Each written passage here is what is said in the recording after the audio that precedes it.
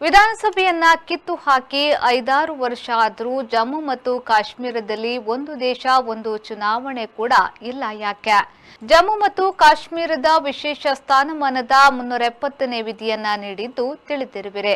ಸಂವಿಧಾನದ 371ನೇ ವಿಧಿಯು ಬಹಳ ರಾಜ್ಯಗಳಿಗೆ ವಿಶೇಷ ಸ್ಥಾನಮಾನ ನೀಡಿದೆ. ಕೆಲವು ವಿಷಯಗಳಿಗೆ ಸಂಬಂಧಿಸಿದಂತೆ ಅಲ್ಲಿ ಸಂಸತ್ತು ಮಾಡಿದ ಕಾಯ್ದೆಗಳು ಸಲ್ಲುವುದಿಲ್ಲ. ನಾಗಾಲ್ಯಾಂಡ್ನ ಧಾರ್ಮಿಕ ಮತ್ತು ಸಾಮಾಜಿಕ ಆಚರಣೆಗಳ ರಕ್ಷಣೆಗೆ 371 ಎ ಇದೆ. ಮಿಜೋರಾಂ ತನ್ನದೇ ಆದ ರೂಢಿಗತ ಕಾನೂನುಗಳನ್ನು ಹೊಂದಿದೆ. ಅವನ್ನ ಉಳಿಸಲು 371 ಬಿ ಅವಕಾಶ ನೀಡಿದೆ. 371 ಬಿ ಇದು ಅಸ್ಸಾಂ ರಾಜ್ಯ ಮತ್ತು ಅದರ ಸಹ ರಾಜ್ಯ ಮೇಘಾಲಯದ ರೂಢಿಯ ಸಂಪ್ರದಾಯಗಳಿಗೆ ರಕ್ಷಣೆ ನೀಡಿದೆ. ಮಣಿಪುರವು 371 ಸಿ ಮೂಲಕ ವಿಶೇಷ ರಾಜ್ಯ ಸ್ಥಾನಮಾನವನ್ನು ಪಡೆದಿದೆ.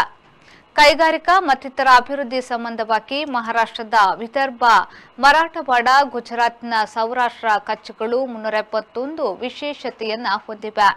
ಈ ಅನುಕೂಲದ ಸಬ್ಸಿಡಿಯನ್ನ ಮುಂಬಯಿಯ ಗುಜರಾತಿ ವ್ಯಾಪಾರಿಗಳೇ ಪಡೆಯುತ್ತಿರುವುದಾಗಿ ದೂರುಗಳು ಇವೆ.